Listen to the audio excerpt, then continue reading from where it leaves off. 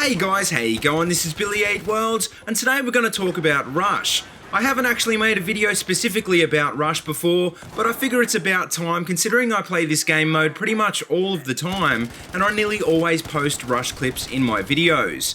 Now obviously Rush isn't anywhere near as popular as Conquest, so why do I play it all the time? Well, it's because it's probably still one of the most tactical game modes in the game, but at times it can be as hectic as TDM. Rush is all about choosing when and where to attack or predicting when to defend, and if you get it right you can go on some pretty crazy kill streaks and even end up winning the game single-handedly for your team.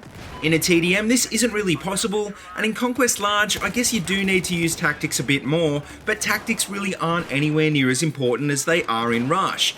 In Rush, quite a lot of your gunfights will be head-to-head at close to mid-range, and if you play it safe rarely will you get shot in the back, and you may even be able to flank the enemy team instead. Rush can be slow-paced or fast-paced depending on how aggressive you play, so it's a great game mode for run and gun guys as well as snipers and everybody in between. Now, I think one of the reasons a lot of people don't play Rush is because it can be pretty intimidating at first, because the players in Rush servers tend to be pretty experienced and they know the maps inside out.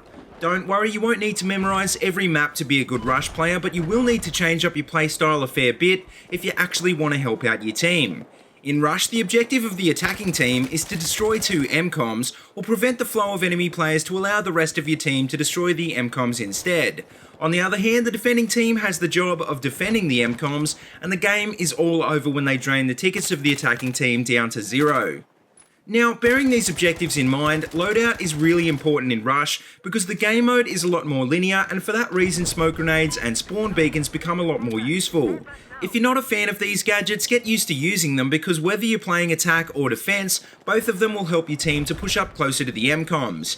In terms of weapons, I usually end up running with all-round weapons that favour close to mid-range because that's generally where enemies will be if you're playing the objective.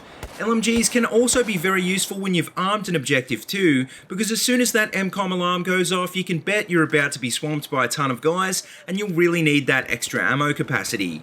Now, another good tip for Rush is to always try and attack or defend the hardest objective first, because as soon as one objective blows, the defending team will tend to camp on the remaining objective.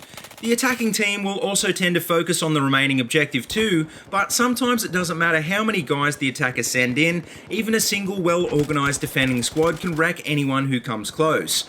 Also, whenever possible, try and exploit the outside lanes to flank the enemy team, because chances are most of them are pushing straight up the middle and you'd be surprised how many of them you can catch off guard.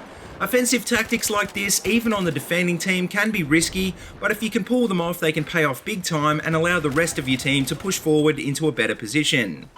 Now, the most important thing you need to remember about Rush though is to always stick to the objectives of the game mode that I mentioned before. For example, as a defender, it's okay to go on the offensive and drain tickets, but unless you're taking out a lot of guys, you may just be better off hanging around the objective and waiting for the enemy to come to you.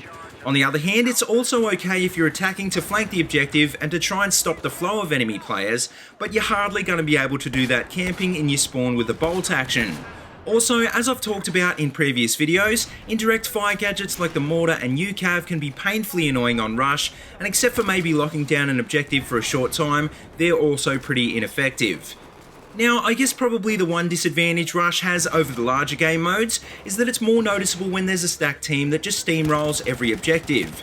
Sometimes this can get really annoying, but it's gotten better now that Commander has been disabled in Rush servers, and it's not like every Rush server is unbalanced like they used to be.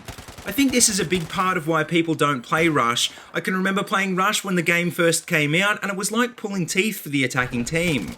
Fortunately, a lot has been changed with this game mode, and while I wouldn't say that it's perfect, I still think it's the best mode, so if you don't already play a lot of Rush, definitely head over and check it out because you won't be disappointed.